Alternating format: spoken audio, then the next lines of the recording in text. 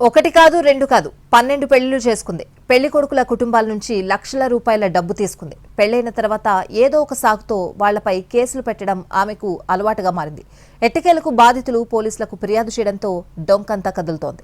ఉమ్మడి ఉభయ గోదావరి జిల్లాలో నిత్య పెళ్లి కూతురు వ్యవహారం వెలుగులోకొచ్చింది.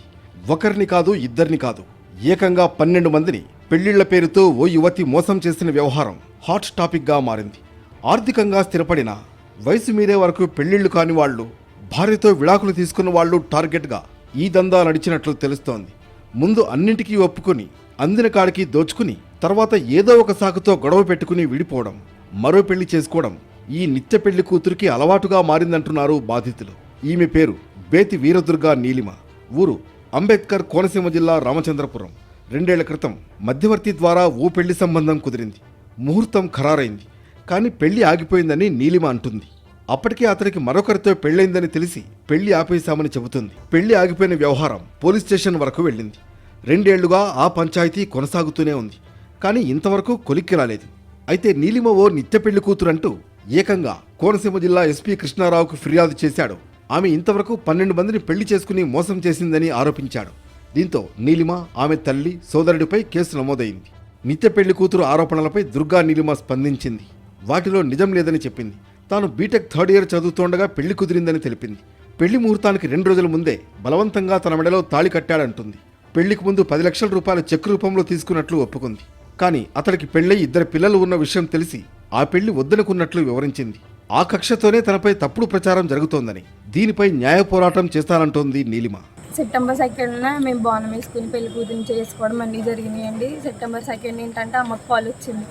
ఏమనంటే ఆల్రెడీ మ్యారీడ్ కదా, ఎలా చేసుకుంటాం, మాకు డివోర్స్ అవ్వకుండా మీరు ఎలా చేసుకుంటారు, నాకు 2 పిల్లలు ఉన్నారు, ఒక పాప బాబు ఉన్నారు, వాళ్ళిద్దరికి నేను ఎలా అన్యాయం చేయాలనుకుంటున్నారు, మీకు కూడా ఆడపిల్ల ఉంది కదా అంటే మా అమ్మాయి ఇంకా అప్పటికప్పుడు అన్ని ఎంక్వైరీ చేస్తే ఇతను పెద్ద ఫ్రాడ్ అని తెలిసిందండి. ఇంకా ఇలాగ అమ్మాయిల్ని పెళ్ళి చేసేసుకుని వేరే వేరే కంట్రీస్ కూడా ట్రాన్స్పోర్ట్ చేస్తాడని ఇవన్నీ బయటకు వచ్చి మేము ఇతని మీద ఇక్కడ కేసు పెట్టామండి. వాళ్ళు ఏంటంటే 10 lakhs అలాగా చెక్ ద్వారా ఇచ్చారు మాకు. అంటే పిల్ల బాగా నచ్చింది కదా, ఇంకా అన్నీ మేమే చూసుకుంటాం అన్నట్టుగా వాళ్ళు ఇచ్చారు. ఇస్తేని ఇంకా మళ్ళీ నా బర్త్డే 26 అయితే వాళ్ళు 28న వచ్చి ఇంకా రోజు చేసుకోలేదు కదా అని బిలేటెడ్గా చేశారు.